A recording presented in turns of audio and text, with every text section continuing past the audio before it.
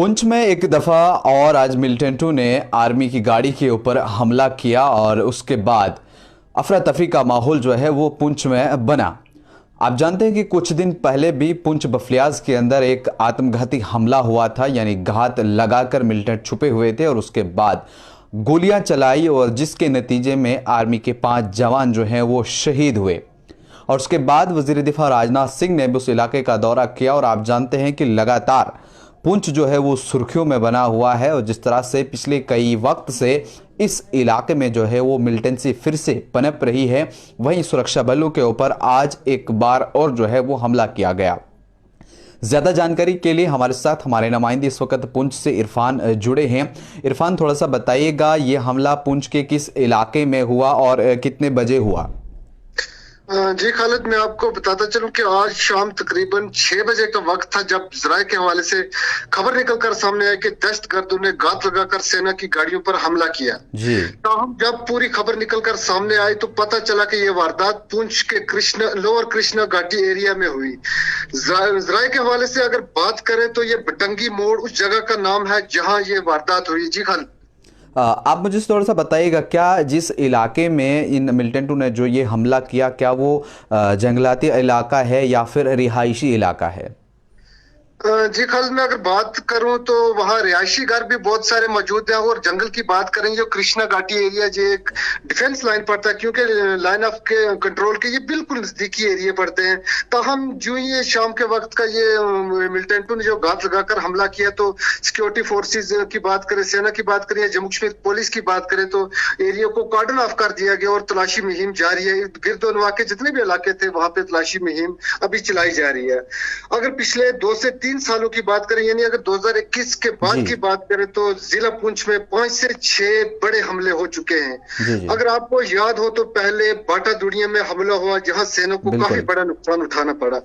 बात अगर चमरेड़ सुरनकोट की करें तो वहां भी सेना पर काफी बड़ा हमला हुआ जिस पर इरफान आपको मैं रोकना चाहूंगा। आप मुझे इस वक्त की ताज़ा सूरत हाल वहां पर क्या कुछ है वो आप बताइएगा, क्योंकि हमारे साथ बहुत से व्यूअर्स जो हैं वो इस वक्त जुड़े हुए हैं। और आप हमें बताइएगा, क्या जब ये मिलिटेंटों ने फायर खोला और उसके बाद की अभी तक क्या सिचुएशन है? क्या फिर से फायरिंग उसके बाद हुई या नहीं हुई? एरिया को आप जिस तरह आपने कहा कि कार्डन ऑफ कर लिया गया है, बड़े पैमाने पर जो है वो तलाशी वहां पर चल रही है, ताजा सूरत हाल इस वक्त की क्या है? जी, अगर मैं बात करूं तो आर्मी जराये से जब हमारी बात हुई तो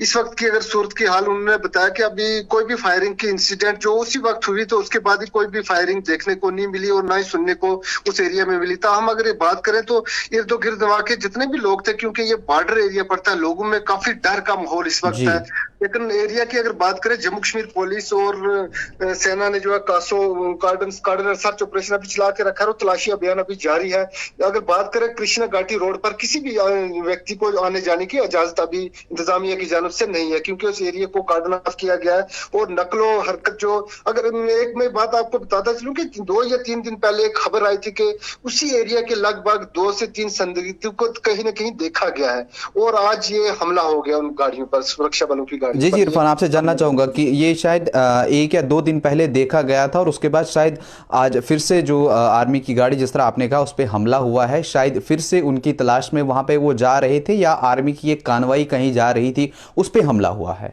नहीं, अगर मैं बात करूं ये हेडक्वार्टर अगर कृष्णा घाटी टॉप की बात करें तो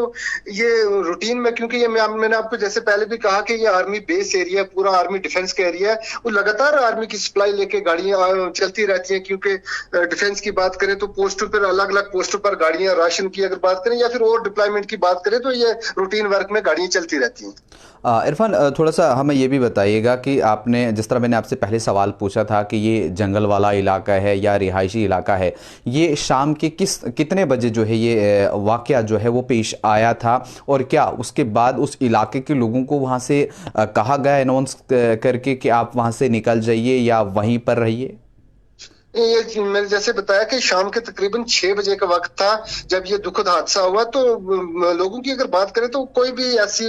बात निकल कर सामने नहीं आई कि लोगों को घर से निकल बाहर जाने की कोई आदेश दिया हो या कोई ऑर्डर जारी किया हो, क्योंकि लोग बॉर्डर एरिया लोग अपने घरों में छुपकर अभी बैठ चुके क्योंकि काफी लोगों में डर का माहौल है इस वक्त। जैसे पिछले आपको पता ही होगा बफलियाज जी में जी। गली रोड पर एक हमला होता है, उसके बाद भी जितने इर्दो गिर्द वहां के जितने भी लोग थे, जितने भी रिहायशी एरियाज थे, उन लोगों में काफी डर का एक माहौल था। अभी अगर बात करें कृष्णा घाटी में हुआ तो हालांकि वो पूरा डिफेंस एरिया गिना जाता है पूरा, क्योंकि आर्मी की हैवी डिप्लॉयमेंट है, बॉर्डर एरिया है, लेकिन बिल्कुल। फिर भी एहतियात के तौर पर लोगों से ये अपील की गई है कि कोई भी जंगल की तरफ ना जाने का रुख करे, क्योंकि तलाशी अभियान जारी है। और घरों से निकलने की अगर बात करें तो शाम 6 बजे का जो वक्त था, जो ही हादसा हुआ उसी वक्त आर्मी की तरफ से एक अनाउंसमेंट की गई कि कोई भी सिविलियन जो है वो अपने घर से दूर ना जाएगा, और ना ही कोई अपना माल मवेशी जब तक ये तलाशी अभियान खत्म ना हो जाए, ना ही अपना कोई माल मवेशी लोग चुराने के लिए जंगल में जाएंगे। चलिए बहुत बहुत शुक्रिया इरफान हमारे साथ जुड़ने के लिए, आपने हमारे साथ जानकारी पहुंचाई, क्योंकि व्यूवर्स हमारे साथ बहुत ज़्यादा जो है वो जुड़े थे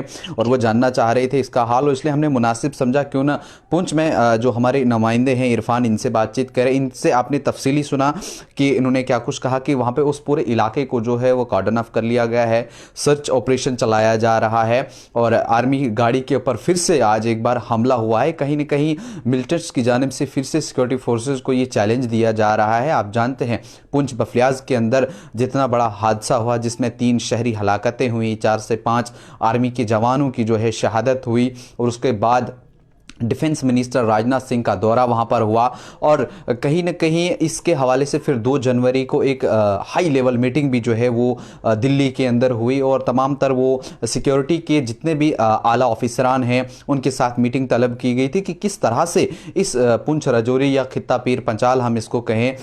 इसके अंदर जो इस वक्त मिलिटेंट छुपे हुए हैं उनको किस तरह से ढेर किया जाए, किस तरह से ये लोग जो हैं वो अमन को ख़राब करना चाहते हैं। आप जानते हैं पिछले कई वक्त से जब से वादी कश्मीर के अंदर अब बहुत कम ये सब चीज़ें देखने को मिल रही, क्योंकि वहाँ पर भी सिक्योरिटी फोर्सेस जो है वो चप्पे चप्पे पर तैनात है।